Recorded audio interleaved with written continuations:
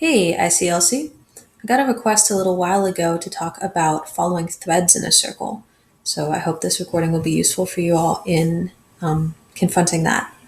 So following a thread basically means taking a single topic in a circle and following it down. So it might be that you get interested in the reason why somebody smiles every time they talk about something sad.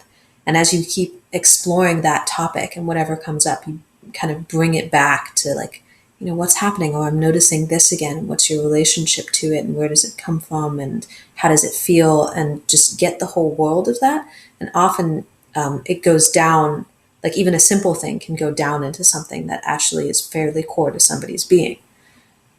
And I guess I'll try to give a little bit of an overview of how that process looks to me. So the first thing in it is directing your curiosity. What actually has me follow threads isn't so much that I decide, like, okay, I'm going to go for a thread on this one. It's more that I just get fascinated by something in the person. I keep noticing it, and I have like a very unattached curiosity. Like, I'm fine being wrong about the thing that I notice. And at the same time, it keeps catching my attention. Like, why does that person always laugh at the end of a sentence? Why have they used the word, humility so many times? Why do they self-deprecate after everything they say? It's just like little things, little unique things about a person. And it can actually be really sweet things too. Like, wow, you tend to compliment people every time after you speak. And what's that like? And how is that showing up in this circle? So follow your genuine curiosity is the first thing. And then also just continuously bringing it back when you notice that thing again. Like if it keeps coming up during the circle, you can keep noticing it and you can explore the person's relationship to the thing that they're talking about. So that's the second thing. How does it feel to be smiling after everything you say? Or what's it like to see our reaction to that? And this like expands and deepens the thread that you're on. Another thing to expand a thread is asking how much that thing is happening in this moment right now. One of the things that can get a little bit tricky about following threads is that we can go into, well, how else does this show up in your life? And like, what's your relationship to it outside of here?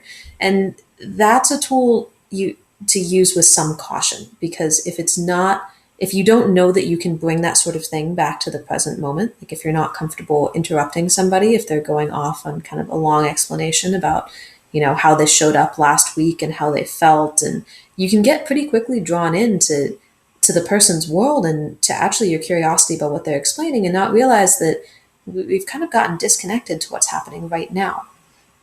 So a good thing to ask is, are you experiencing that sensation right now? Or what's it like with us watching you in it and being with you in it, and get the relational aspect. And then that'll actually bring you deeper into the experience. Then you can explore more about now that you've talked about what it's like to be here with us, is that sensation still present for you?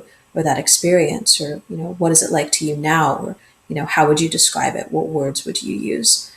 And that's something as well, like even exploring the words that somebody uses for their experience, that can help you deepen into it.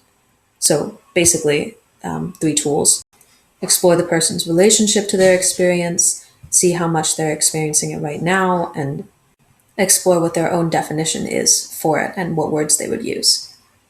2 other things about this. One is sometimes you'll share an observation or be following something, and it'll seem like the person doesn't respond to it. Like maybe they're talking about something and they seem happy, and yet you keep getting this heavy feeling in your chest, or you're feeling sad, and you share it, and they're like, "No, I'm totally happy about this. Like I love my work right now. I love my life." And you start thinking, maybe I missed something.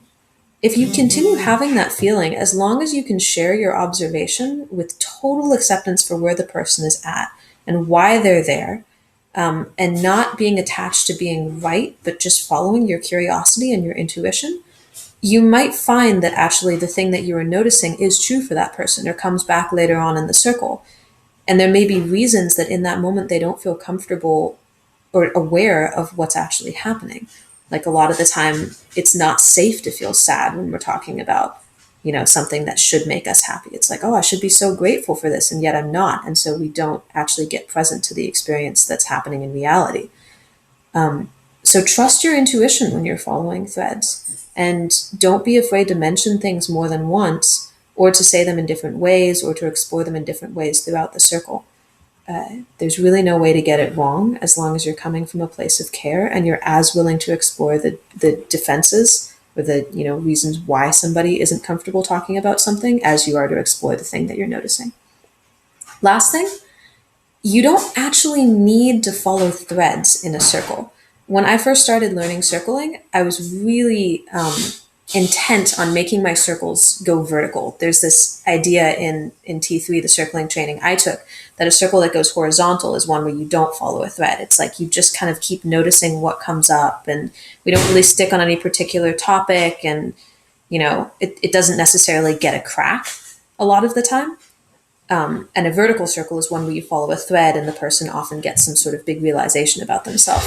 And I was so intent on making circles go vertical that I would get very tense when I was circling. And I would be really concerned with doing it right and serving the person enough. And I actually ended up not enjoying circling, not being able to fully be with myself, and not being fully loving to the person I was circling either.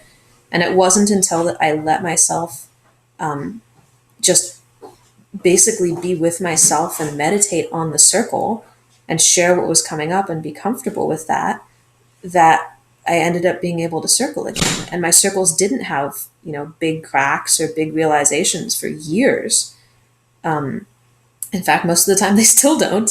And yet people tend to feel seen and accepted exactly where they are by the quality of my attention and my trusting myself. So don't worry too much if you don't pick up on a thread or you don't follow one, or the circle just feels like it kind of goes in all different directions, because, that's something that you can speak like, hey, it seems like we're just noticing lots of things about you right now. What's that like? Or, I really wish that I could give you something in this circle and have a topic and follow it down. But honestly, I'm just feeling totally comfortable sitting with you, or I'm feeling like a lot of my own tension when I think about the fact that I'm circling right now. How is that for you? Wherever you're at is really fine. And the only thing that I would say is just let yourself be fascinated by what's happening in the circle and in yourself, and really loving towards the whole process. So I hope this helped, and I will see you all in just a couple weeks.